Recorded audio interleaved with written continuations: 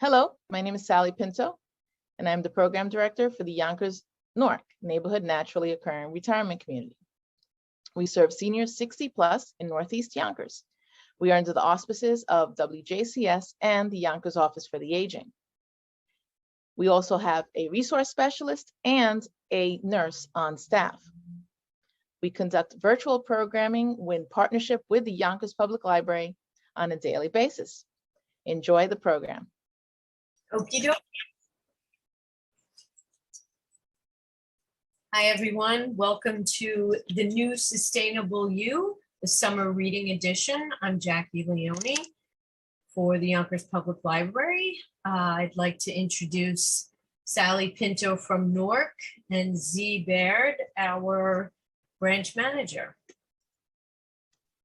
Hi, everybody. I'm Sally Pinto, the Program Director for the Yonkers Newark, where we offer senior 60 plus in Northeast Yonkers great programs such as these. I think it's been going on a year already, and we know that the planet needs us with all those fires out in the Yosemite Park. So any little bit helps. So please listen in and also listen on recordings.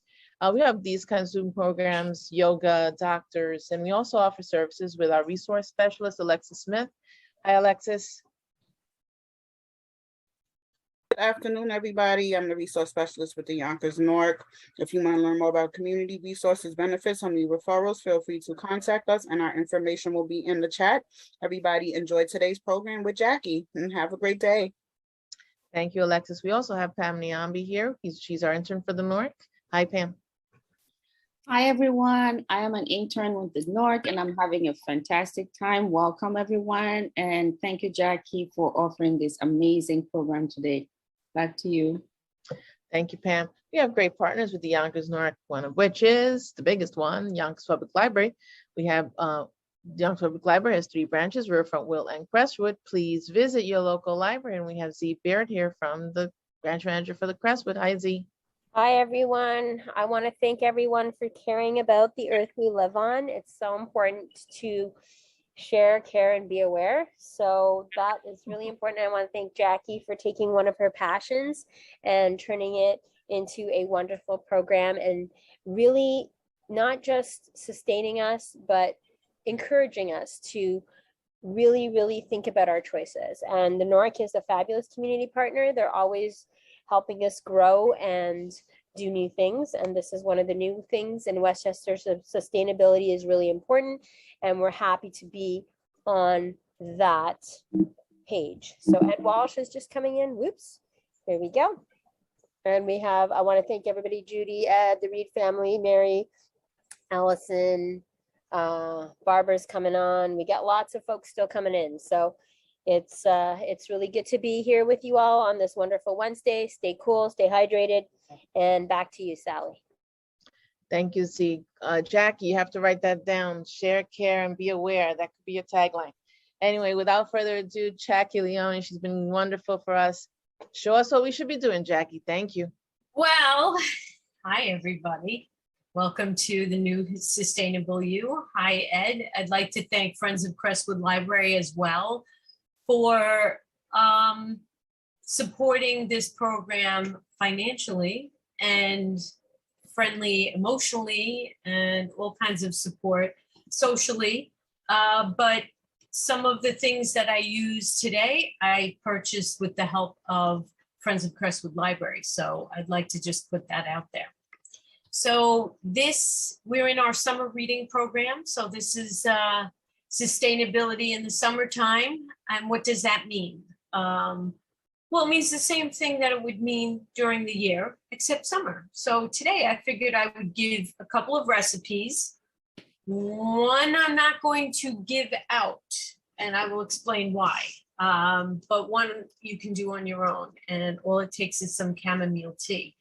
But we're also going to talk about books. But I'm going to ask you a question. It means that I want you to unmute and engage with me, because my question today is, what concerns you about climate change? Assuming you believe that it is happening, whether it's on a medium to large scale. What's a big concern for you right now?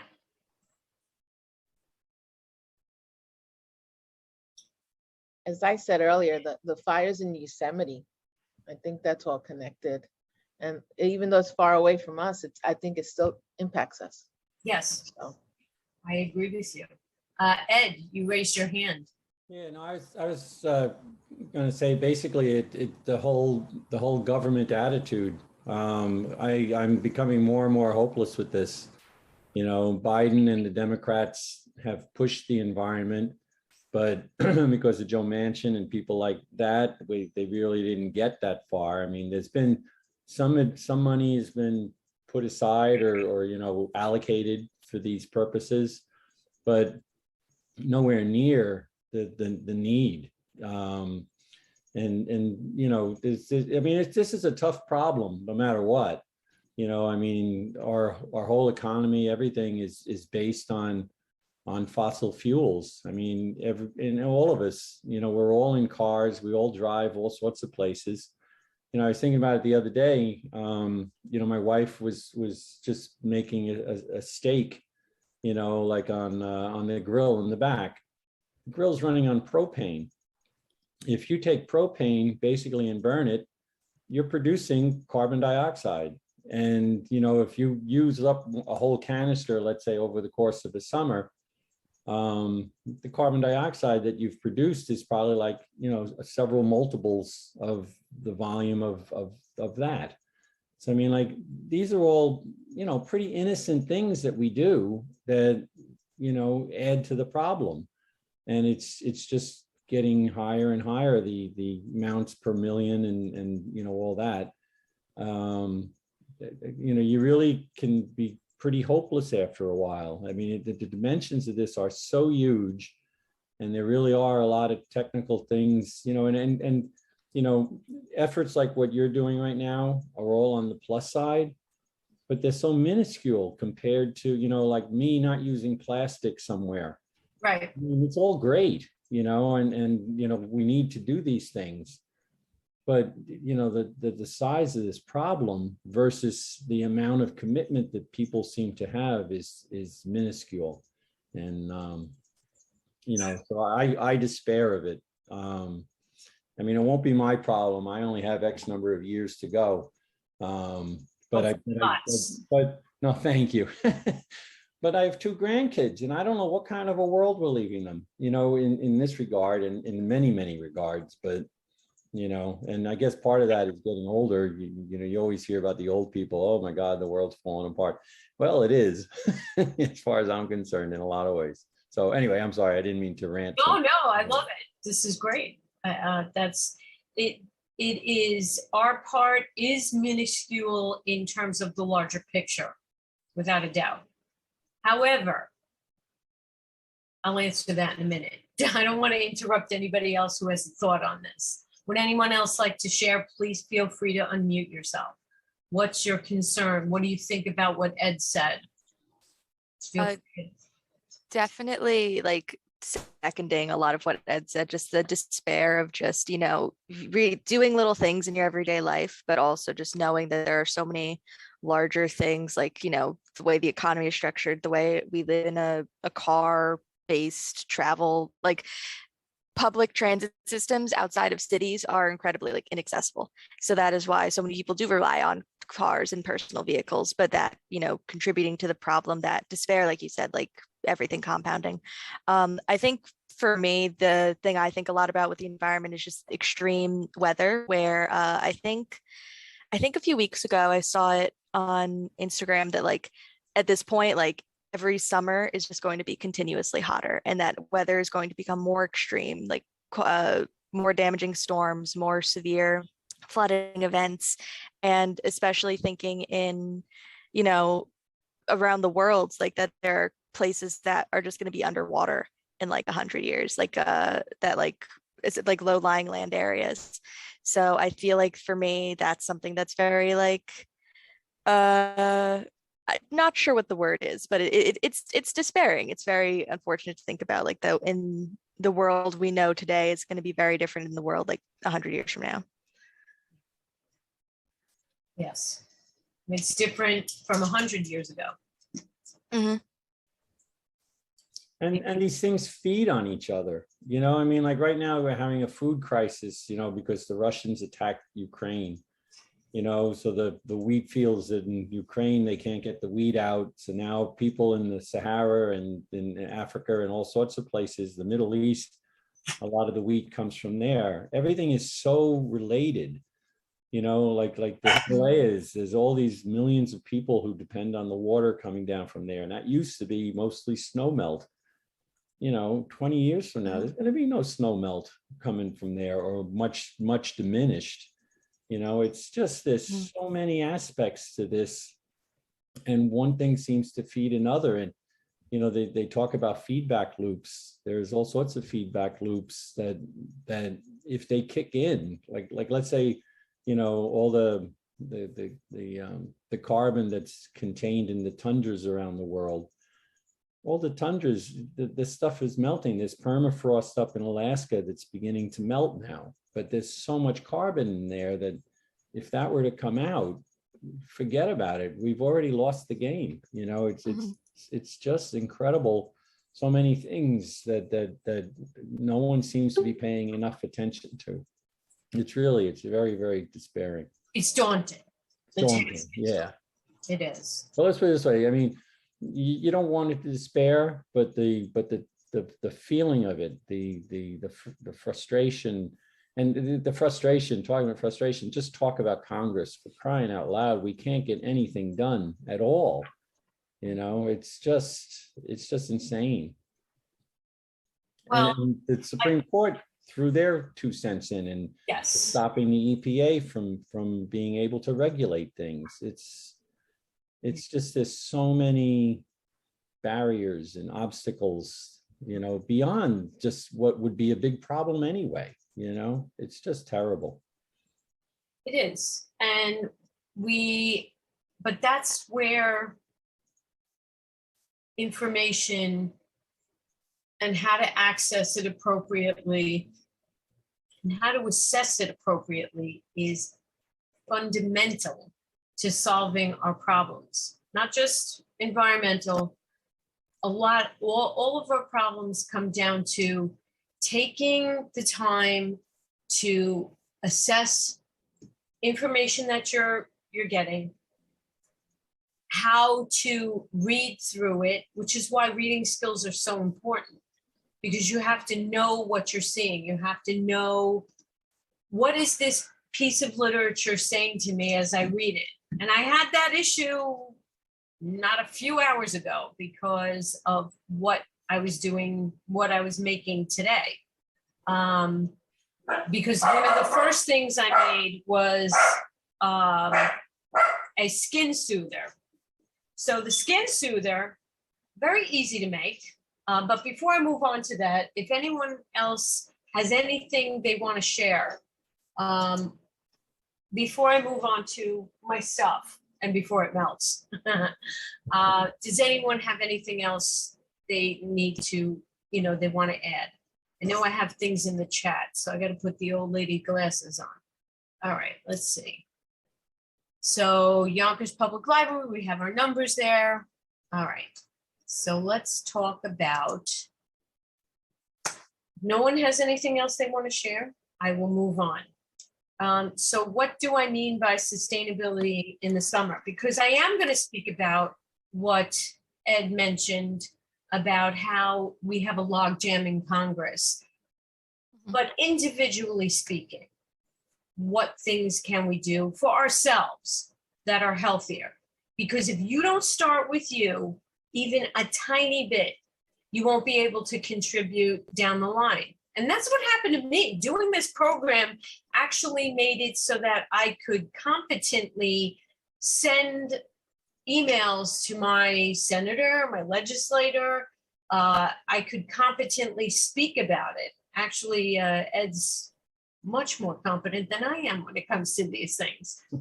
But So I'm more like, wide ranging. But so one thing I saw on the internet, because we are in summer and it seems minor compared to what we're speaking about, but we got to talk about skin, okay? Because it covers your whole body. And even though you walk out with an amount of clothes, you also have to, we all talk about that. What do we do with, hi Marianne, what do we do when we get a sunburn, just for instance? And I found this recipe called a chamomile skin soother. And you boil up, you don't even have to boil it. You just take some chamomile, throw it into 1.5 cups. I have it on the thing. Oh, I just love this. Yes, saving your skin. So taking this and just something as simple as soothing irritating skin, rubbing it across your skin. Chamomile has properties in it, anti-inflammatory, helps with stinging. It is not a cure-all. What it is, oh my God, my skin is burning. What am I going to do that will ease it up because I can't keep putting this and that on? Of course, we all know, and I hope, I believe we have a nurse in the house, so correct me if I'm wrong. Aloe Vera Gel helps tremendously. Of course, if you're really burnt and you have boils and bubbles and blisters, you have to go to a doctor. So in no way do I recommend that you treat yourself when you have a severe burn. I have had a 2nd-degree burn. It is horrible. And I didn't go to a doctor. I was 11 and I was in Texas. I could have used a lot of this. I think I had something back then, but aloe vera gel is very good. It's very good for your skin. This, what I've put up on the slide, is very cooling and very soothing. I actually used it for bites. Z treated me with antibacterial, which helped, but it was still stinging me to death. So I used some of these. I used some of the ice cubes with chamomile, and it just took that pain out of it. The discomfort. So that's one thing you can do. Another thing you can do is make sure you put sunscreen on. So let's talk about sunscreen and SPF and things like that. How many of you, and please feel free to unmute, how many of you buy sunscreen and you freak out every time you look at it because you see oxybenzone, oxy something or other? I forgot the other name. I'm not being facetious, but there are chemical sunscreens, and then there are mineral sunscreens. Mineral, by far, are the safest, but do they last as long? No, you have to keep reapplying them. And the two main ingredients in the mineral sunscreens are zinc oxide and titanium dioxide. So I thought, oh, wouldn't it be fun if I made my own sunscreen? And then I started reading all these articles that say, no, don't make your own sunscreen. I made it anyway. And I made it for a point. And I did some calculations, because one of the concerns is people tend to think that SPF has to do with how many hours you can stay outside. Would anybody like to explain SPF to the crowd? Or what your impression of, and this isn't meant to, oh, you're wrong, because I thought SPF had to do with how many hours, how much time you could spend in the sun. That was my impression. Did you have that impression?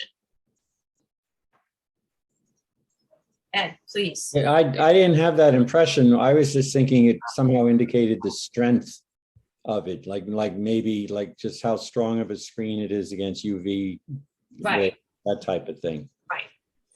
What it has to do with is intensity. It has to do with protecting against the intensity of the sun.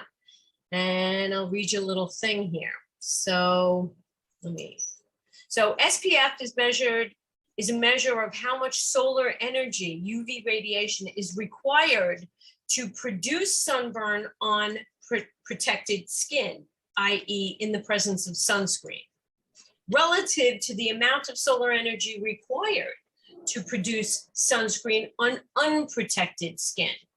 So you've got your sunscreen measurement, and how long does it take for you to burn? So of course, the misconception is that SPF relates to the time of solar exposure. And this was something I learned. We believe that if we normally get a sunburn in 1 hour, right after an hour, then SPF 15 allows you to stay in the sun for 15 hours. But it's not in terms of time, but to the amount of solar exposure. So it's not true that SPF is directly related to time. Although solar energy amount is related to solar exposure time, there are other factors that impact the amount of solar energy. It gets complicated, basically. So the following exposures may result in the same amount of solar energy. So in 1 hour at 9 a.m. compared to 15 minutes at 1 p.m. Why would there be a difference between the times of day? And please, just feel free to speak up. Well, I mean, the angle of the sun, the sun at 9 in the morning is just not as strong as it is at noon or later. It's like the difference between the strength of the sun at the equator as opposed to, in Canada. It's a different angle. Right. So while you can say SPF 15 is 15 times the strength as compared to unprotected skin, your sunscreen, but it also has to do with the intensity of the sun, the skin type, amount of sunscreen applied, and reapplication frequency. So it is complicated. And the reason I discussed what I discussed at the beginning of this and why we're having these discussions has to do with how complicated this can become, how a problem can become. That's why you have to understand what your skin can do. Understand how quickly you burn. And if you've never experienced a burn, great. Keep doing what you're doing. It's not as intuitive as you think. It's observational. And much of what I read in terms of the chemical properties of what the oils can do to protect you, what zinc can do to protect you, is dependent on your skin. And it's also dependent on the intensity of the sun. And I'll give you an example. So this was something I was reading. I kept it on my screen about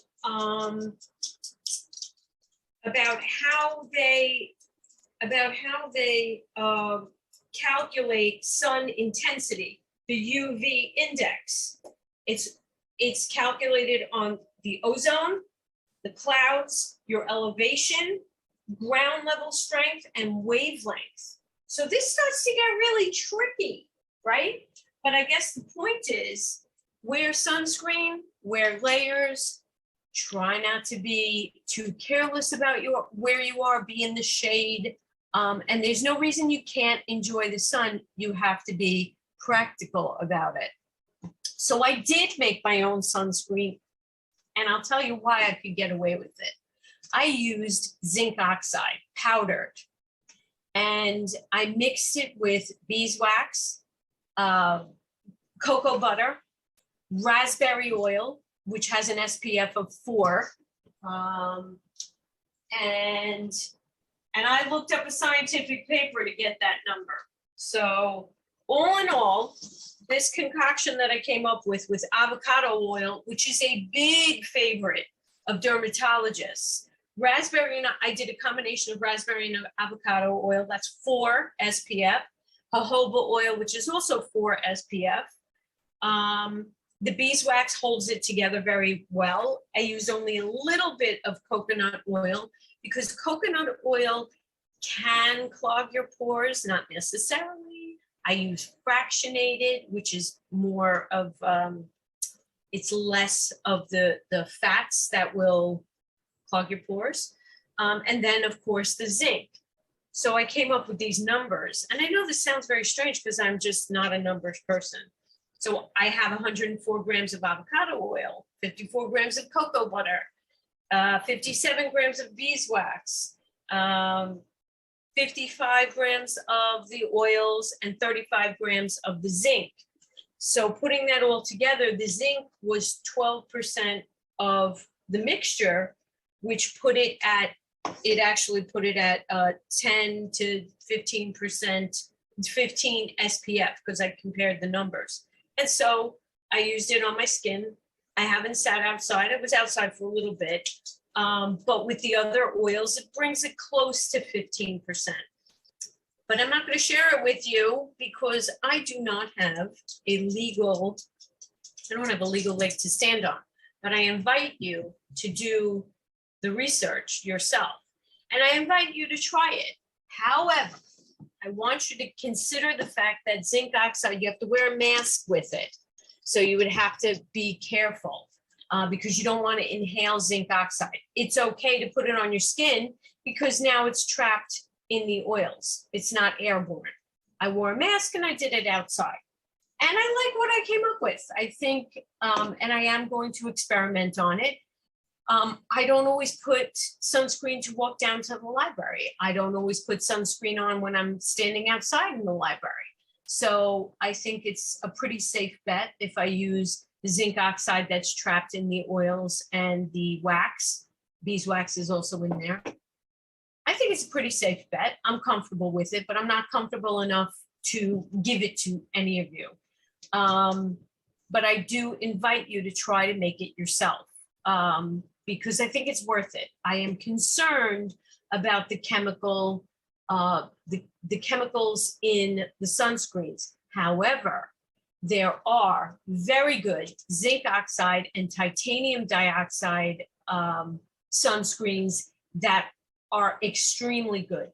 Do they have that white film? Yes, some of them do. But I think it's worth it. I think, especially if you're going to be outside, I think it's better for your skin. So are there any questions? Are there anything you want to say in regards to what I've shown you?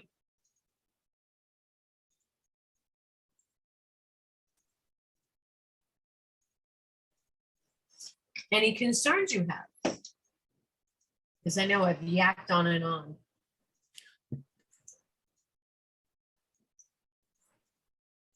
Ed, what do you think about my concoction? I mean, I think it's great you're making it and trying it. I mean, I'm fortunate in the sense that my skin tends to tan without too much trouble. I've kind of been lucky that way. I mean, I use the copper tone or whatever, all those different things, particularly at the beginning of the year, just to kind of try to avoid getting a burn. I've never had a really bad burn, thank goodness, but I've had it where it's felt dry and I kind of overdid it a little bit, but for the most part I've been fortunate. So it's not something I've spent a lot of time on with this, but I mean, all the advice you're giving is right. I mean, you should put this stuff on and replace it, after you go in the water and things like that, and try to cover everywhere. The times I've had problems at all with it is, I wouldn't cover, let's say, like the area of your foot, like right near above the toes. Right. At the end of the day, you're fine, except all of a sudden you realize, oh, it hurts down there, that type of thing. And as you get older, particularly guys, you should definitely wear a hat. I remember, as my hair began to thin out a bit, combing my hair to go out to eat dinner on vacation, and all of a sudden the scalp would hurt, which took me by surprise, and it scared me also because it's like, oh my God, am I going bald? That type of thing. So, but yeah, I don't know that much about SPFs and whatnot. I know the higher number, the better, but you should follow the labels. Right. And the less chemicals, the better. That's sure. Why I'm pushing people toward mineral, putting on a mineral. And also the one I created, I used oils that are called non-comedogenic, which means they don't clog your pores.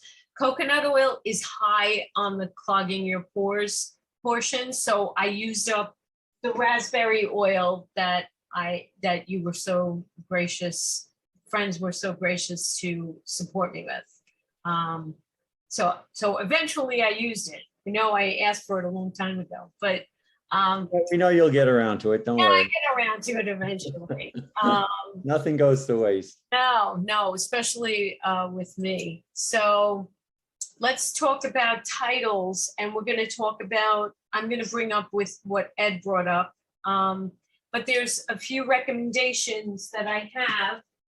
One of them, and I can't recommend this enough, and although it's listed as a YA book, and it's at the Crestwood Library, Urgent Message from a Hot Planet.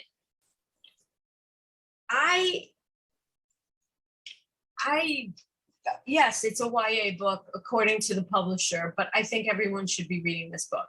It is a primer on things like, why is the temperature rising in the air? How does it do that? What ways it talks about extreme storms, climate heroes, the acidification of the ocean. It touches on each thing in a very basic, not simplistic, but simple way with a little bit of complicated explanations. So I highly recommend Urgent Message from a Hot Planet.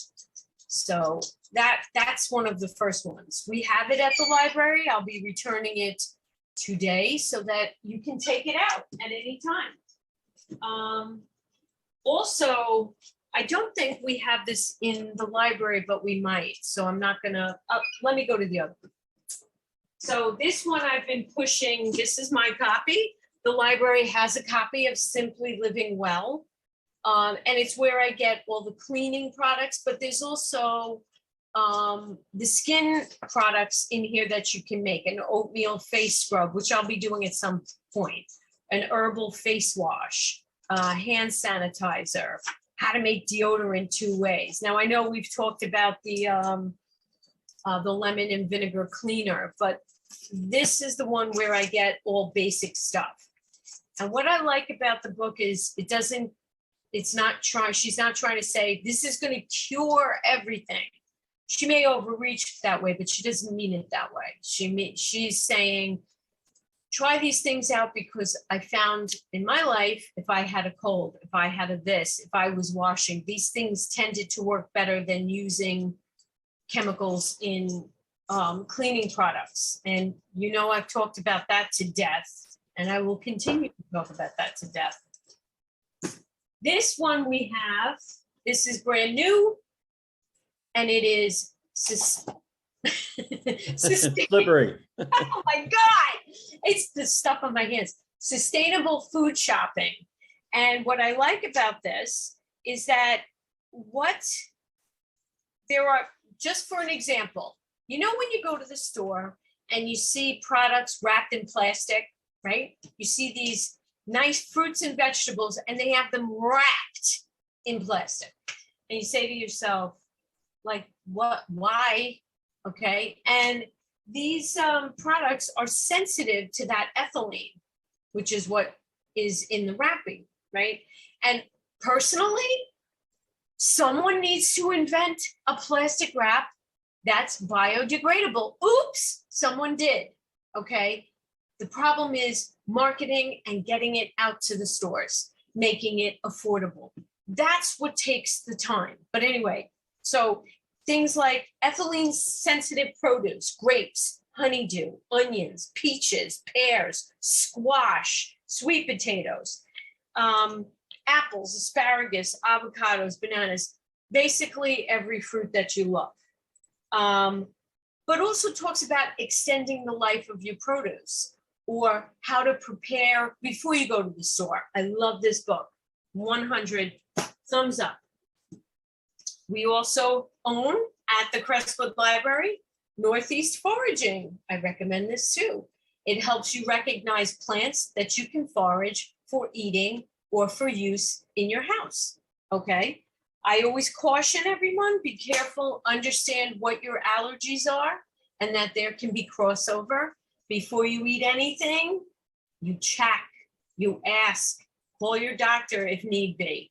And you have to wash and boil a lot of the produce. I happen to follow a forager on Instagram, and she's called the Black Forager. She is a crackerjack with this stuff. I can't recommend her more. If you're on Instagram or YouTube, I think she does YouTube. Okay, so the next one. This have always been my favorite. The Story of More by Hope Jaron. She's a scientist and a teacher. She's explained, she talks about how the things we utilize and the things that we are producing have detrimental effects, but nothing's more detrimental than our need to have more, and how we have to get to the point of not needing more and not wanting more, enjoying what you have. But she goes through the science of it. This I know we have in the library because I think I bought it as a result. I'm pretty sure we have it. If not, I'm gonna get it. Okay. And this one we don't have, but I'm putting it up as a summer reading anyway. The Physics of Climate Change, 2021. Incidentally, these books that I'm pulling up, they're not older than 5 years, with the exception of The Hidden Life of Trees. We have that one. This one's fabulous. And that's I think it's on Netflix. Am I correct? He has a program, a documentary. It's either Netflix or Disney.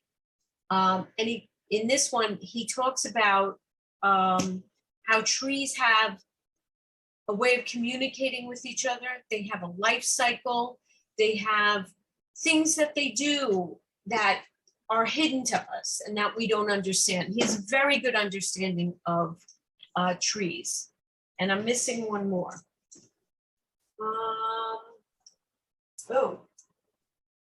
How to Grow by Marcus Bridgewater. This one I ordered, but I think it's on back order. But this one's mine. I think this one's mine. Marcus Bridgewater takes this idea of growing your plants and relating to your plants and how to nurture yourself in the same vein that you nurture your plants. I know it sounds crunchy granola, but it's not. What you do with your plants, you should be doing with your own body anyway, right? Earth Day is every day. I'm not very tall. Okay. And The Soil Will Save Us talks about regenerative farming. We have similar books in the library. So, but that one's a good one because as I spoke about the soil in my backyard and what makes up good soil, this book also discusses. So does anyone have anything? You jump in, feel free to jump in. If you have anything you want to share or a question you want to ask me, because I'm going to stop sharing.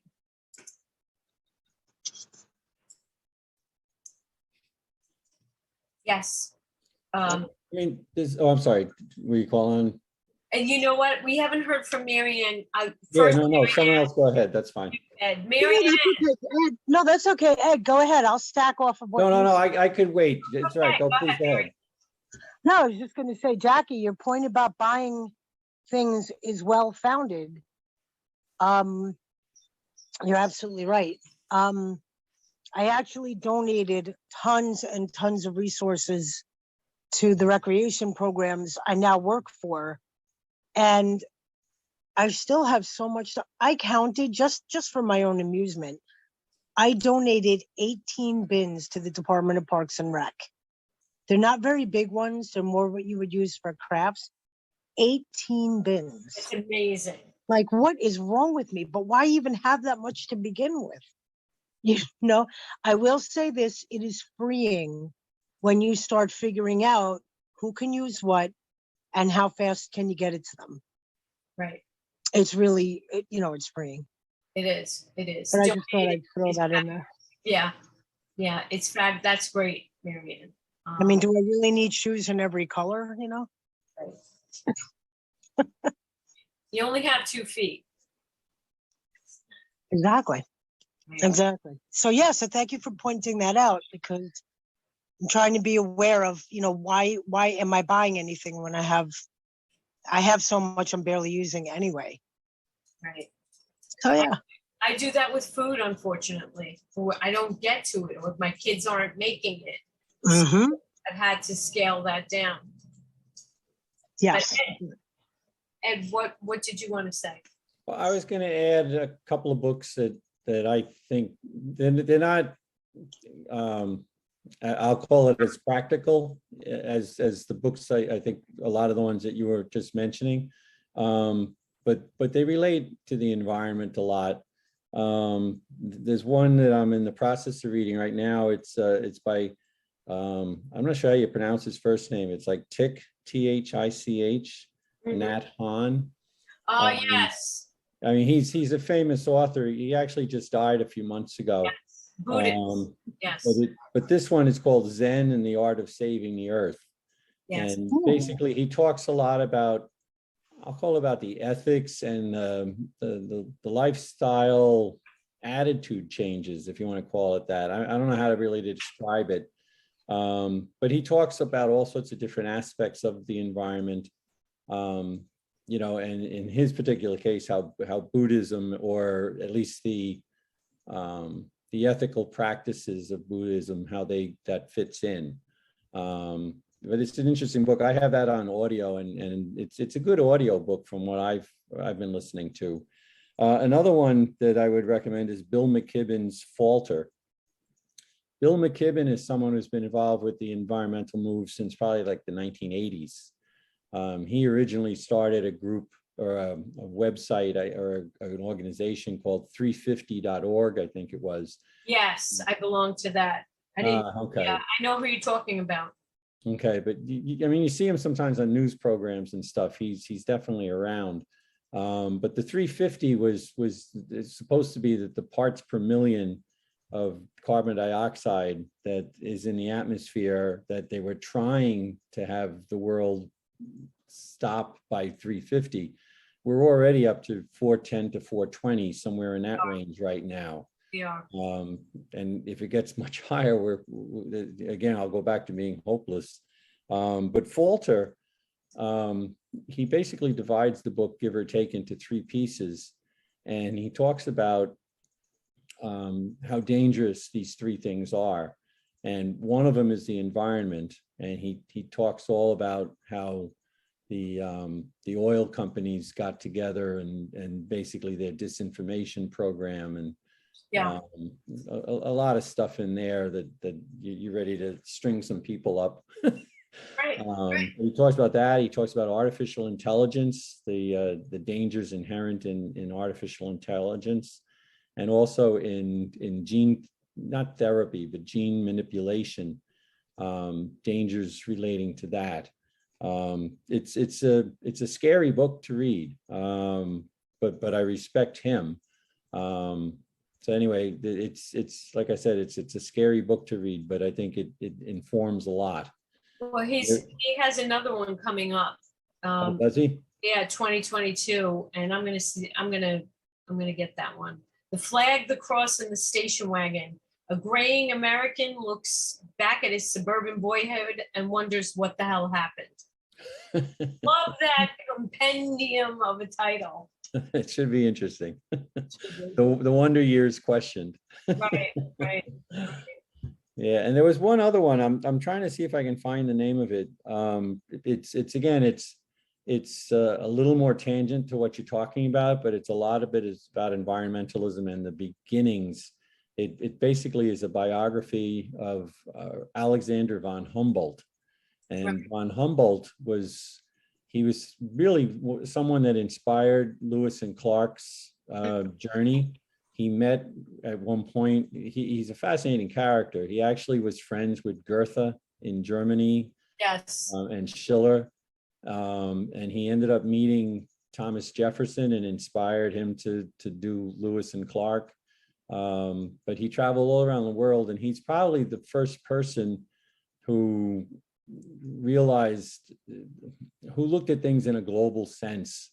I am not going to explain it well, but it's a very good book. Oh, it's by Andrea Wolf. You know, I'll put it in the notes so that people can see it. I just have to look up the title. Yeah. But That's his name, Andrea Wolf. That's the author, and it's Wolf. I think it's WULF. I'll put it in the notes. I can look it up. It's on my Nook. I just have to find it. Oh, The Invention of Nature. That's the one. Yeah. Yeah. But it's basically a biography of him. But there's all sorts of themes in there, but a lot of it's environmental. There's a chapter in there about John Muir, about Thoreau, all people that were influenced by von Humboldt. And you don't see his name around in America a whole lot. There is a Humboldt County in California and a Humboldt River, but his name supposedly is attached to more names and places around the world than any other name. In World War I, we went crazy against the Germans, and so anything that was named Humboldt got switched. Right. So we don't have too many Humboldt streets or anything around in America now. But he was a fascinating character, and it's an interesting book to read, very readable. Right. So I recommend that to people. It happens to be an ebook in the Yonkers Public Library system, specifically Crestwood. So Okay. we do have it as an ebook, but I'm going to see about, because I want to have a nice collection of environmental literature at the library. And Z has been fantastic about, you know, talking to me about it and learning about it. So everyone at the library supports this and supports what I've been doing. And it's good because it helps me to develop my understandings about things. The chemistry is complicated for me, but of course, knowing that, knowing that there is chemistry with it, that there is a biological process that takes place that is bad for our bodies when it comes to the chemicals that we ingest. And not all chemicals. I mean, what would we do without bleach? And yes, we can ingest that or whatever. And yes, it can be toxic if you breathe it in too long. But there has to be a balance. There has to be a point at which we can balance these things out, because not everything that's on the shelves is good for you. I'm sorry. Congress and the Senate make decisions about what is allowable because shopkeepers and producers and companies have to make money, but there's another way to do it. And you just have to get creative, and you just have to dedicate yourself to finding a different way. And you can still make your money and learn to live without certain things. Less is more. I know everybody wants to go on their vacations, and I'm not putting that down. I'm not saying, oh, that's easy for you to say. I don't go on a lot of vacations, but there's got to be a better, smarter, sustainable way of doing that. And we have to get off of our commitment, addiction to fossil fuels.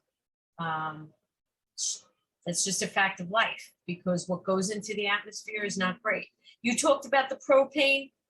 I use hickory chips, right? That's not that great for me either.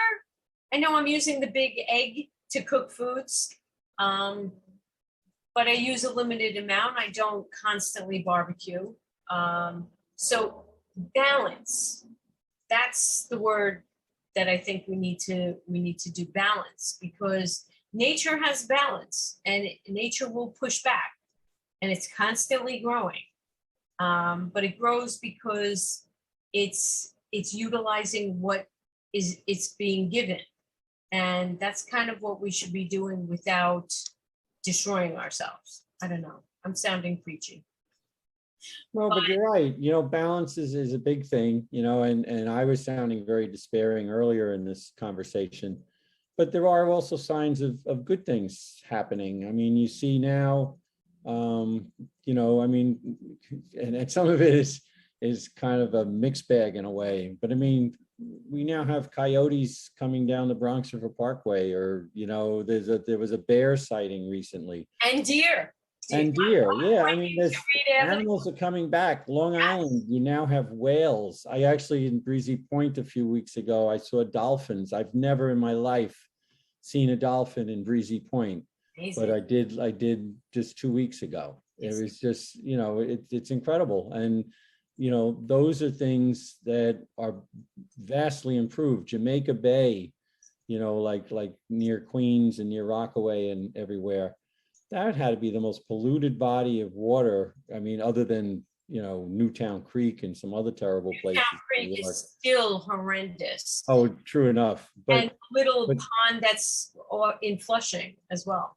Right. No, there's still some terrible examples, but Jamaica Bay has made huge comeback, and, a lot of it, is they've been trying.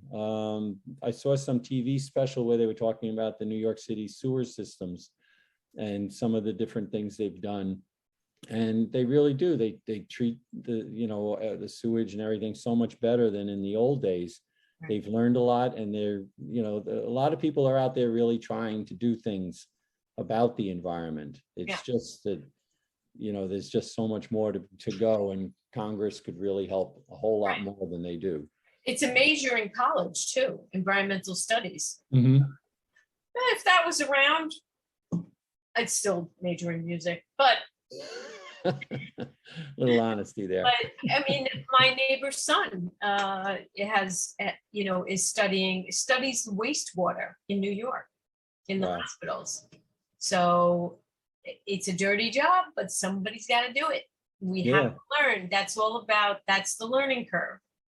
But I think there's also carbon capture technology, which has its own problems, but they have these huge machines that are trying to capture carbon from the air. The Chinese they're constantly trying to do that, because if you look at pictures of Shanghai and the air there, the color of it and the thickness of the smog, it's horrible.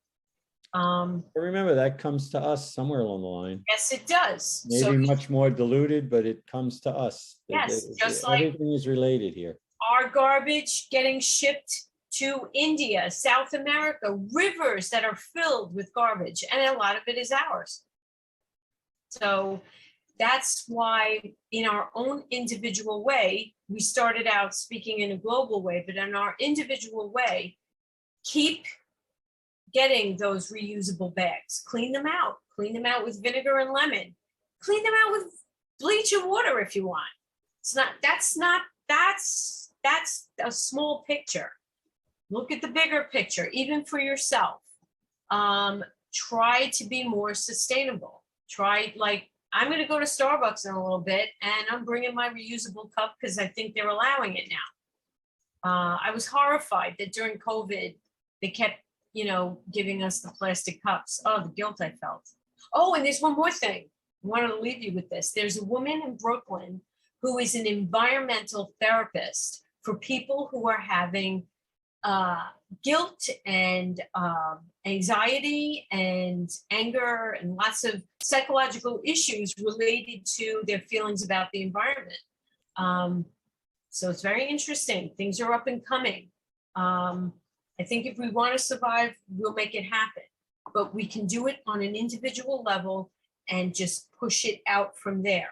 You know how like the ivory tower of college, their knowledge trickles down. Well, individual knowledge, public libraries, it'll trickle out. So I want to leave you with that. Hi, everyone. This is Z from Yonkers Public Library. Thanks so much to Sally Pinto and Alexis from Newark. Thank you to our community partners, WJCS, the City of Yonkers Office for the Aging, Friends of Crestwood Library, and Yonkers Public Library for making this phenomenal partnership. And we thank each and every one of you for being part of our wellness community. Be well, stay well.